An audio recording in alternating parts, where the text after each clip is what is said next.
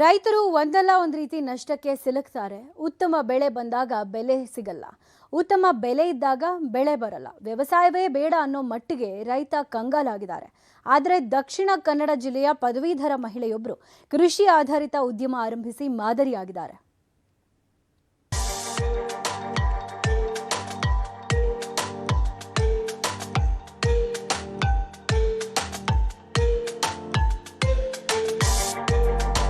ಉನ್ನತ ಶಿಕ್ಷಣ ಪಡೆದವರು ಹಳ್ಳಿ ಬದುಕಿಗೆ ಒಗ್ಗಿಕೊಳ್ಳೋದಿಲ್ಲ.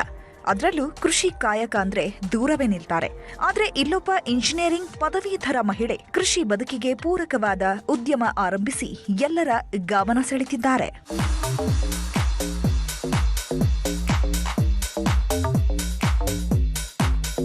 ಇವರ ಹೆಸರು ಶ್ವೇತಾ. ದಕ್ಷಿಣ ಕನ್ನಡ ಜಿಲ್ಲೆಯ ಸುಳ್ಯ ತಾಲೂಕಿನ ಪೆರುವಾಜೆ ಗ್ರಾಮದ ನಿವಾಸಿ. ಕೆಲ ವರ್ಷಗಳ ಹಿಂದೆ ಪತಿ ಜೊತೆ ವಿದೇಶದಲ್ಲಿ ಉದ್ಯೋಗದಲ್ಲಿದ್ರು. ಲಕ್ಷ ಸಂಬಳ ಬಿಟ್ಟು ಊರಿಗೆ ವಾಪಸ್ಸಾಗಿರುವ ಶ್ವೇತಾ ಹುಟ್ಟೂರಲ್ಲೇ ಕೃಷಿ ಸಂಬಂಧಿತ ಸ್ವಂತ ಉದ್ಯಮ ಆರಂಭಿಸಿ ಯಶಸ್ಸು ಕಾಣ್ತಿದ್ದಾರೆ. ಕಾಳುಮೆಣಸಿನ ಲೈಮ್ ಎಸೆನ್ಸ್ ಎಂಬ ಹೊಸ ಬಗೆಯ ನೈಸರ್ಗಿಕ ಪಾನೀಯ ಆವಿಷ್ಕಾರ ಮಾಡಿದ್ದಾರೆ. ಅಡಿಕೆ, ರಬ್ಬರ್, ತೆಂಗು ಕೃಷಿ ಜೊತೆಗೆ ವಾರ್ಷಿಕ 2,000 ಕೆಜಿ ಕಾಳುಮೆಣಸು ಬೆಳೀತಾರೆ. ಆದ್ರೆ ಕೆಲವೊಮ್ಮೆ ಮಾರುಕಟ್ಟೆಯಲ್ಲಿ ಉತ್ತಮ ಬೆಲೆ ಸಿಗಲ್ಲ.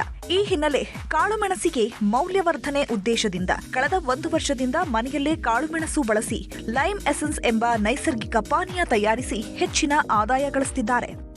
ಈಗ ನಾವು ಕೃಷಿಕರಾಗಿ ನಾವು ಬೆಳೆದ ಬೆಳೆಗೆ ಉತ್ತಮ ಬೆಲೆ ಬರಬೇಕು ಅಂತ ನಾವು ಕರಿಮೆಣಸಿನ ಮೌಲ್ಯವರ್ಧನೆಯತ್ತ ಹೊರಟು ಈಗ ಆರಂಭ ಆದದ್ದು ವಿತಾನ ನ್ಯಾಚುರಲ್ಸ್ ಹೇಳುವ ಕಂಪನಿ.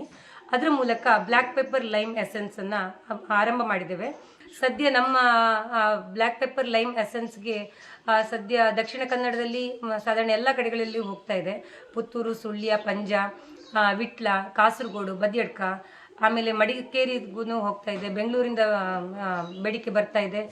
ನಿಂಬೆ ರಸ, ಕರಿಮೆಣಸು ಸಾರ, ನೈಸರ್ಗಿಕ ಸಕ್ಕರೆ, ಶುದ್ಧೀಕರಿಸಿದ ನೀರನ್ನು ಬಳಸಿ ನೈಸರ್ಗಿಕ ಪಾನೀಯ ತಯಾರು ಮಾಡಲಾಗುತ್ತೆ. ಇದನ್ನ ಬಾಟಲ್ಗಳಿಗೆ ತುಂಬಿ ಮಾರುಕಟ್ಟೆಗೆ ವಿತರಿಸುವ ಪ್ರಕ್ರಿಯೆ ನಡೆಯುತ್ತೆ.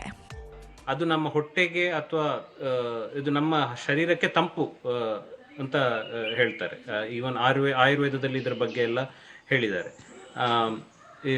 ಪೆಪ್ಪರಿಂದ ನಮಗೆ ಇರುವ ಶೀತ ಅಥವಾ ಕೆಮ್ಮು ಇದಕ್ಕೆ ಒಳ್ಳೆಯದಾಗ್ತದೆ. ಅಥವಾ ಊಟದ ನಂತರ ನಾವು ಇದನ್ನು ಕುಡಿದ್ರೆ ಡೈಜೆಷನ್ಗೆ ಉಪಕಾರ ಆಗ್ತದೆ.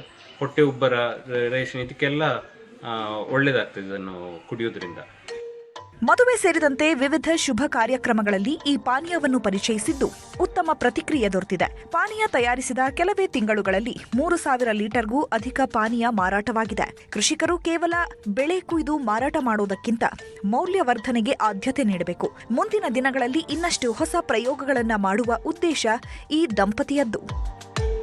ಅಜಿತ್ ಕುಮಾರ್, ನ್ಯೂಸ್ 18, ಪುತ್ತೂರು.